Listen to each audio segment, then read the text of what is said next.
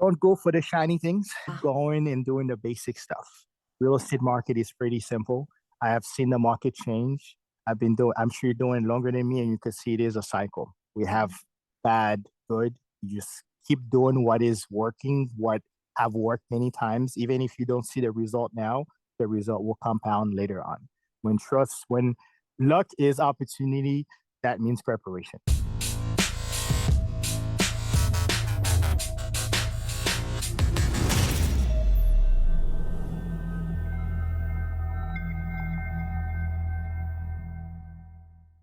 Hey everybody, it's Kathy Byrnes here with Real Estate Riches, and my guest today is Loodmy Jacques.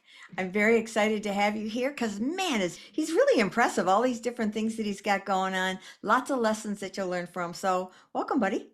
Hey, thanks for having me. Yes. So we were just briefly talking about how you went from like one agent yourself saying, "Oh, this is ridiculous. We got to have systems." And so many agents, including me, this is a weak link, and Yeah. it really affects performance and results, wouldn't you say? For sure. I mean, I wish that I thought about this, in the beginning of my career. I always thought that I needed to do everything myself for me to be able to service clients. And after many years of working long hours, I realized, okay, there is something I got to change. So I started feeling that I was hitting this ceiling where I was around 50, 60 transaction, and I was pretty much I started to not like what I was doing anymore. So I'm like, all right, Right. so I have to do something different. And then I stumbled on a different company and I'm like, all right, what can I do? And then they showed me how to actually leverage my time and delegate some of the stuff that could be done by somebody else. And I started thinking differently, that understanding this is not just a hobby, this is a business that I'm building, and starting to put those system in place to make it easier and be able to grow it and scale it. And that's so perfect. Now, how did you start to put that into play? So first, I wanted to learn about how to do it. So first, educating myself about Mhm. being a better leader. So started to read different books and starting to actually track what I do differently every day. So I would put a timer. I use a timer on my desk, and then every 10 minutes, I would write down what I just did for the next for the 10 minutes, and Mm, to see, was these things income producing, like did I really have to be the person to do this? And then mhm. I started to see that 30% of my time was just spent on me being in emails trying to take care of this. So first thing that I hired was a transaction manager. Mm. And I've always heard of them like, I don't want my clients to talk to somebody else. And that wasn't the case. The client, as long as the clients were being serviced, as long as the person understand your way of doing business and making sure that same service continues, that's fine. So that's what I did. I end up giving that side to the business of managing the transaction and getting that done. So then I changed from making 70 transactions to maybe 110 or so. And then I Wow. started to get more busy. So like, all right, now what I need is somebody to help me manage my email and manage my calendar. So then I hired a transaction, my assistant, my executive assistant, that pretty much handles all the incoming emails, making sure that I am not late to my appointment and getting my calendar in track so I don't even look at that. So that is a second hire that I did. Mm, Then I started having too many listings and not being able to work with the buyer leads that are coming in. mhm. So within my office, a couple of agents came to me and said, trying to see what I was doing to grow my business. And I end up hiring them, say, hey, be part of the team. Here's some of the leads that I'm coming in, see if you can work them. And then I started to grow that. So everything really happened organically. And this is Wow. pretty much the background of my life, where I just put it out in the universe, and then for some reason, things just end up lining up in front of me. And then, I had a coach that told me that I always said I was lucky, and he said, no, luck is preparation that met opportunity. And I always repeat that to myself. It's not really luck; is that I saw the opportunity and I was ready, and then I took it. Mhm. So that's pretty much the easy breakdown of it. Boy, I love that because isn't that true? You know, a lot of people get presented opportunities and they say, "Well, I'm going to stay this path. This is working for Yeah. me." Yeah. No, you got to be open minded. This is how you grow. I love that. I didn't know what's your net though when you're doing all this, because that's what a lot of people worry is like, I'm going to spend all this money and then I'm going to make less money. But obviously that is not the case. So tell us a little bit about that. First, a lot of people that get into real estate is it's so easy to get into real estate. So you don't educate yourself on many things. So having a P&L like a real business to Hmm. track your profit, to track your expenses, just don't spend anything on any type of shiny object is crucial. So I did start working on creating a P&L. So every week I would look at what's the profit the company is making on me. I was calling myself. I started to call myself a company before I was anything. So I'm like, hey, Oh, of what course. is so what is this huge company making? So I started to see, how could I delegate? Because then I started to understand what is my time worth. Yes. So if I'm realize my time is worth, let's say, $50 or $70 an hour, I could delegate those 20, 30 minutes to hire somebody at half that cost to still do that work where my time as a salesperson, as the owner of the company, doing face to face, going into an appointment will create more opportunity for me. So it was that made it simpler for me to see how much I could spend or what's the worth of what I'm spending so I Hmm. can get that return. So Yeah, that's what I started with. I love that because that is a stumbling block for so many. And see, you're so much smarter than me. I did not do that. I just knew I needed an assistant because I was buried, and I had a partner when I had mine. And I said, we can't do it all. We've got to stop. Yeah. And we started as a buyer's agent assistant Mhm. combo and Okay. said, we'll give you the buyers, you're still going to pay us a piece of it, but we'll give you the buyer's leads. And when you're not working with the buyers, you be our assistant. And Mm. so we just, sometimes you just got to figure it out. How Yeah. can you do it? Especially if that was back in 2008, 9, 10 when the market was brutal Hmm. and you were just struggling to survive, much Yeah. less. Yeah. But there was opportunities. You just sometimes you have to work harder to find the deal. And that's where that market was, just like the past 2 years. Sometimes Yeah. you have to work harder to find the deals and you have to validate why you have value, right? Yeah. Yes. So with what you just said there, and this is another thing about when I told you I was learning before I really jump in is learning the different discs, like the temperament of somebody that is supposed to be doing the job. So a salesperson that is a buyer's agent is not as well organized as an assistant that is a different demeanor that could be an I instead of a D. Again, this is I've read different books and then I started to realize that it makes sense for us because we're like, hey, we just want to maximize this person. They can work with the buyers and they can be my, they're not. They're either going to be good at this role or they're going to be good at that role. So I learned early on that I needed to know who would fit that role better with their Mhm. demeanor, with what they're good at, what their strengths are, so that I could use that person in that role. So I made it the transaction manager first, then an assistant, and then I would have a salesperson that only focuses on, again, that's, and I know that I suck at, managing file. I would lose Yeah. things. So, but the people person, the talking to them and reading the room, that I can do very well. So, and that's where buyer's agents are good at. I'm never gonna let my buyer's agent spend too much time on the file because they're They not. They're need it. gonna. So they bring it in, and then we make sure that it goes directly to the right person to take care of that. Yes, So, I love that. I love that you brought up the DISC formula, DISC. So I mhm. learned that back in the 90s, I think. And boy, that is such an important thing for any salesperson to know, but Mhm. especially someone who's hiring people. If you were hiring a VA like in the Philippines, there's a website called onlinejobs.ph. And when you hire your VAs in there and you're interviewing them, they have taken the DISC profile so that you can see their style. And for those of Yeah. you that don't know what we're talking about, it is a profiling thing to help understand personality styles. Because imagine someone that's very creative trying to work with an engineer. They are night and day styles. Mhm. And for me, even having an engineer client was a challenge because I'm off the chart I, in case you can't tell. And but an ID that we're almost always a blend. Mhm. So different things will come up in different situations of how you do your business. But you're Yeah. absolutely right. I only wanted C's, a CS typically for my assistant who would do Assistant. all that Mhm. stuff because I need them to be detailed. That's your Yes. engineer because that's Yeah. not me. So it's Yes. perfect. And for salespeople, most salespeople are high Ds. Yes, So that is things that I've learned along the way to make sure that I thought about it before. I'm like, hey, if I have this buyer agent, I can give him some leads, and then he can do some. No.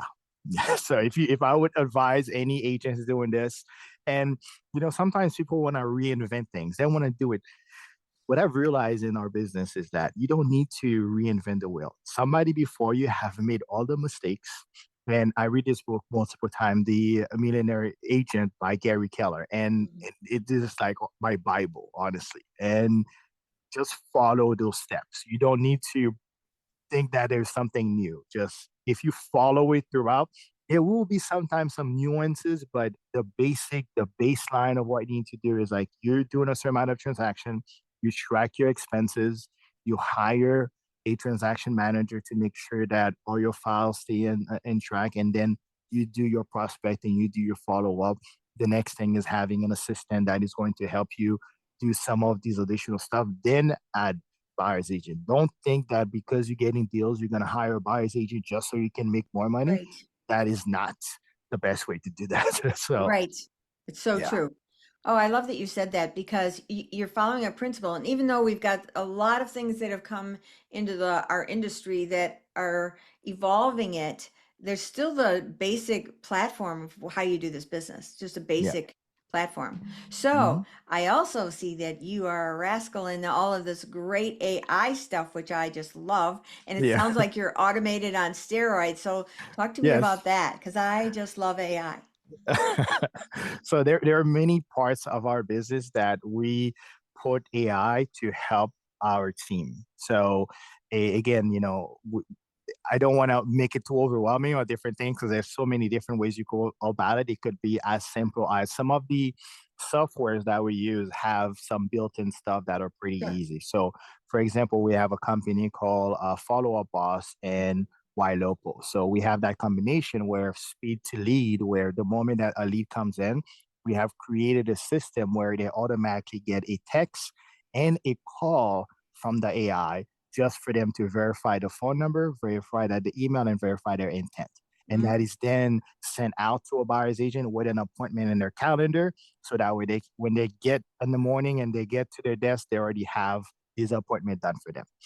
We have that system created for that side. When it comes Yeah. to the a transaction management part of it, we have a company called Open to Close that we use that also Mm. have a built-in a management task creation also, that when a TC is doing a file, it already generates the email for them. It already generates the text for them. So that way we keep track on that and sends me a report. So when I don't need to see all the files. I just get to see exactly what I need to see. Oh man, I love it. Yeah. So these are all different things that you've purchased and you're utilizing, and even you keep looking back at your profit and loss, seeing, yeah, we're spending this and Yes. this and this, because I'm Yes. hearing a lot of money outgoing, but Yes. obviously your successes are saying that it's worth it. Yeah. But you did it in stages. Hmm. But you're ahead of the game with all of this. There's not many, there's definitely there's a whole group that's smart enough to say, hey, we've got to embrace this and pull this in and Hmm. figure it out and spend the time that where you got committed to figure out the products and then Yes. figure out the system and then teach your agents so that you were all in, it sounds like. Yeah. AI, it makes our job. It's not gonna replace us. A lot of people feel like, oh, this no. It just makes our life easier. It makes us more productive. Hmm. Productivity goes up on the AI part. So if we there's so many tools. Again, going back to a lot of people feel like they gotta keep spending, spending, spending. This every call. I think people that sells things like agents, realtors are one of their biggest thing because they're always calling us. They always some new things selling. You don't need to sign up for everything, and you don't need to. I would even put it's this simple. Like you don't actually need to master all of them. You No. just have to pick one, understand it, master that one, and make sure that that one works for your business. Right. So start from that and just have blinders on and not let be distracted by this new shiny stuff. Right. And I think I got to the point where even if I have like a specific mindset of what it is, I always still open to listen to the person, but I will tell them from the beginning, hey, I'm gonna listen to what you have to present because I like to be educated on things, but just know I'm not gonna sign up for anything. So if you're still okay with that, let's go. Yeah. So I love that. I'll give you the time. I'll listen, but I already have my ducks in a row, and I'm always open to know what is happening out there. So that way, I can have a great conversation. I can have an input on things, but I don't want to spend money unless this is gonna give me double what I'm gonna expend on it. Right. That's my line. Boy, you got great boundaries. Yeah, I love that. And I think that's an important piece, having boundaries, because agents are, they're scrambling like, well, should I get that one? Should I get that one? That guy said that was going to be really great. What do you need? What do you yeah. need? That's Yeah. right. It's one of those conversations on those forums and Facebook forum for realtors. Like everybody wants the best CRM. Like, what Yeah. is the best contact manager? It's the one you use. Mhm. Just because you can have it with all the bells and whistles. And Yeah. the reason why I chose this one that I'm using is because it has all the stuff that helps our team communicate together. Yeah. And we understand it. Maybe there's another one better out there, potentially, but we got this one. It's And working it's for us working. now. And I know a lot of people because that same company was bought out by Zillow. And they're like, well, what about my contact? You know what? Zillow already have your client's contact. So Let it I go. let it go.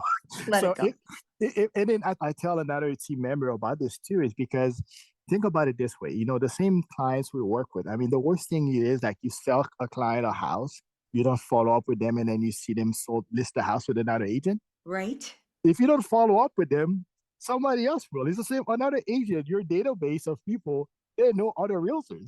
So don't It's your don't money pot. It's your money pot. Come that's it. on. Oh Call my them, gosh, right? follow up with them, and you will not lose them to any type of other major Zillow, whatever else is Right. out there. Because if you keep providing value, if you keep following up with them, you keep being top of mind.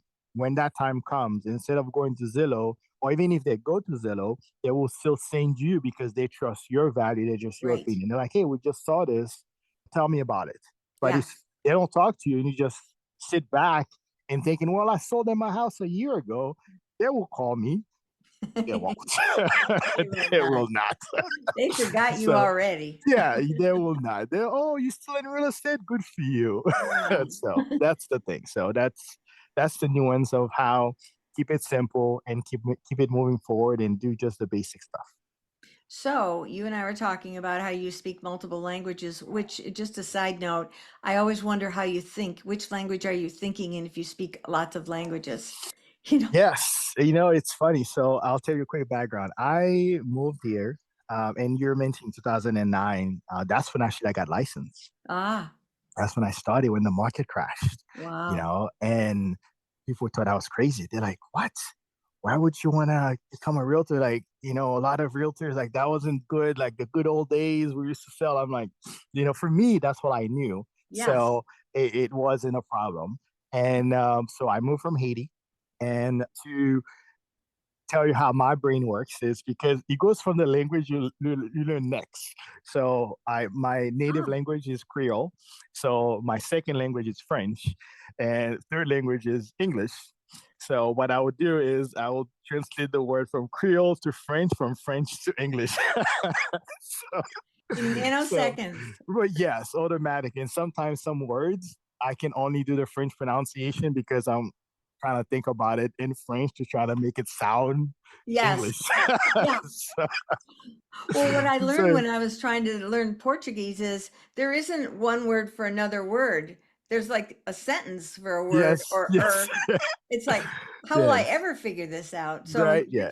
pretty sharp. I love this. Yes, it was. I learned it when I was younger, so it was easier for me. And Yes. the great thing is, in our team, we have, I speak three, and then I have other agent that also speak Spanish. I'm in Florida, South Florida area, so we have a lot of Spanish speakers. So I have agents that speak four languages. He's Wow. from Haiti, he speaks English, French, Spanish, Portuguese, and so he got the whole yeah, he got the whole thing covered. So I'm like, Wow. good for you.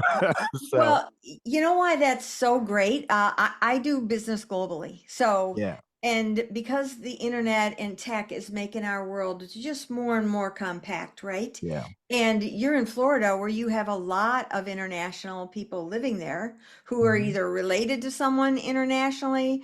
And so there's business opportunities from that all over the place. Mhm. Outgoing, incoming. You're actually in a great hub for all of that. Yeah. And there's a lot of money there. Are you in a well-to-do area?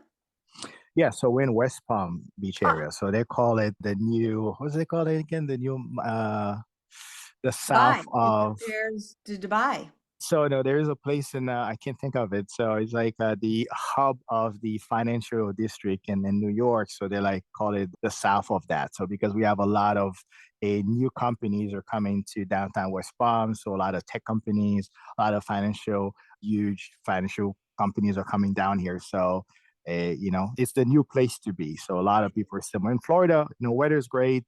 Our tax system is great, and home prices compared to New York or the other places is still very good. And location wise, you're close enough to go south to Miami or to Orlando. So a lot of people Yeah, are coming to for that. So if you work in West Palm, you're an hour away to trying to go to Miami, an hour and a half, and you're maybe 2 hours away from Orlando, which is right. easy. So Yeah. yeah, I was just down there. When was I just down there? Yeah, good. Yeah. just right there. And yeah, it's beautiful. I love it. Next time Um, you come, tell me, and I'll take you around to my town. all right. I love Yes. that. Okay. I think you know what? They just eliminated where our convention center was going to be, no longer in Miami area. Okay. We're going to Salt Lake City, which is really Oh, interesting. okay. And it actually holds more people. So Okay. than in a Miami convention center, I'm thinking how? Mm, Because it was yeah. massive. But anyway, one of the things I wanted to talk to you about was, are you doing much outgoing global business because of your clientele? Yes. So I've been doing this for 17 years. Mhm. So I've had a lot of contacts. I've had a lot of referrals. So right now, we do get a lot of clients from Canada. We Mhm. get a lot of clients from believe it or not, Venezuela. Mm. Actually, that people are moving, and this is a pretty. I've had a huge presence where because of the Google reviews we have, because of a website, because of the amount of listings we have, so we do get a lot of inquiries of people reaching out to us directly and from our own sphere of people that we meet. What about outgoing global? In which way? You mean for us to Maybe- send referrals out? Yes. I mean, your opportunities should be massive. So great thing is that with our system, I'm with Keller Williams. So Hmm. we have internal systems. So whenever I receive a lead or somebody that is looking outside, we want to first look because we have a good CRM that from people that we've already worked with. We like to, if anybody has any type of information they want to send us, with their process, we like to add them to our group of referral network. And then Hmm. in the future, if we get a lead, we refer them out. But if we don't have somebody, we go to our internal system within Keller Williams and Hmm. then send out lead out because we cover the South Florida market. So anywhere from Fort Lauderdale all the way to Port St. Lucie, it's pretty Oh, big space. We yeah, it cover is. all that. Even within Florida, like even if any of your listeners are in Florida and then they're outside of that area, we will always refer them out. So we have people that are more in the Miami area or closer to Orlando that we have clients that we connect that way. Oh, that's We great. also have, we also from New Jersey. So we have New Jersey, we have New York, we have a lot of people coming from there. So Georgia, we refer them out from these type of referral club that we've created.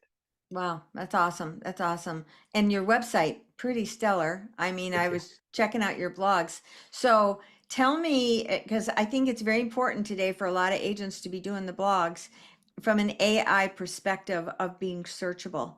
Because Yes. uh, to give you an example, I was telling my daughter, I said, people are not going to be searching like they did on Google anymore. They're Hmm. just going to pick up their app and they're going to talk it in. Like I was lost yesterday. I was really annoyed. And so I grabbed my phone because I couldn't read it. So I had the app where I could talk back and forth with it. And I said, I'm driving south on Highway 85 and I'm going to be getting off at 49 and there's a Starbucks, but I'm late. Which way do I turn, right or left? And Yes. then walk me into where I'm going. And it gave me exactly what I needed, but that's the kind of search you could never do on Google. You're not going to get Yeah. anything like that. Yeah. So I literally just talked in my need, and that's why these blogs are so important because Hmm. if they're structured right, where you're, Hmm. what's it called? SOI, AOI, which is like answering a question, which is just what So it is. that's pretty much where I was told. Like, if you were to give anybody an advice now on what to do differently, and I don't think Google will go away. I think Google will, because Google Oh, such, has so much data already.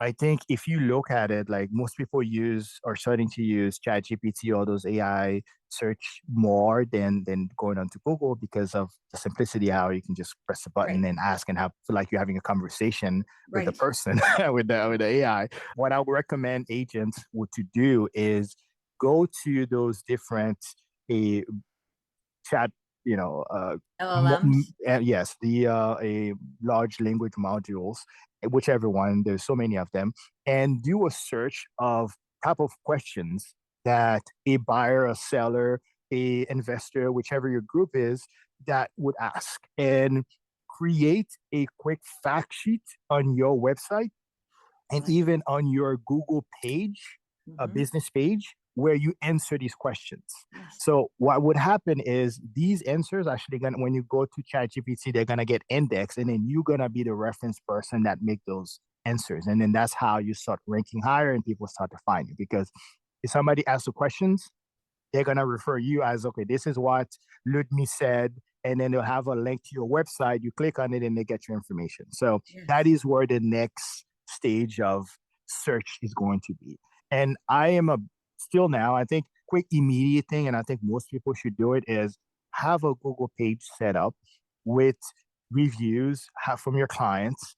That is something that it's free, and most agents are not utilizing enough.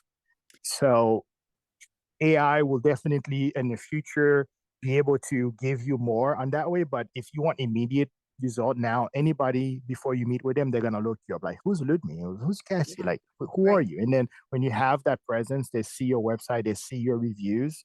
Hmm. It will make a difference compared to somebody else that doesn't have it. Yeah, I totally agree. And I think you just gave gold there about creating the answers to those questions, like ask ChatGPT or Claude or whatever it is. Yeah.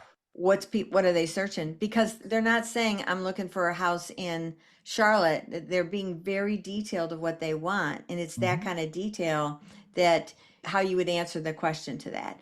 And Yes. it's important to have that within your blogs and your Google business page. Now, I was on a team for shoot 8 years, and the team got all my reviews Mm. instead because it was on a team thing. So Yes. I'm like, well, shoot. All right, plan B. Just figure it out. So even within the team has the review. I mean, I have clients like I would reach out to them again and say, "Hey, I know you did a review for the team, but would you go to Mm. my page and give me a review?" Like that doesn't stop the team from having it. It's just when you work with a company and they reference you, so you can still have your own business. And I say, "Hey, I know you did a review for this person." As long as your team owner is okay with it, I don't see a reason why they They wouldn't. wouldn't. So it's like, hey, I know you did this already, but would you do me another favor? Come on. I know and, you're busy unpacking and everything, right, but right. Well, I'll give you two nuggets before I forget. And first, talking about AI generating questions, if you want to bring it even one step more with Gemini and AI avatar, you can actually have the a video on YouTube Reel created where you see the AI avatar answering these questions that these people are having. So that would be even because I know people don't even want to make those videos. So we're working on creating this automatically where the questions gets generated, the video is made with my face, and the reel is posted. So so Love this. that is another nugget of how it's done, and again, all cost effective and time saving, which Time is saving. Yeah. now the second part of what I was going to add would be, so when you ask for reviews, what we've done differently is I don't wait until the end of the transaction to ask for reviews Ooh. because things are busy.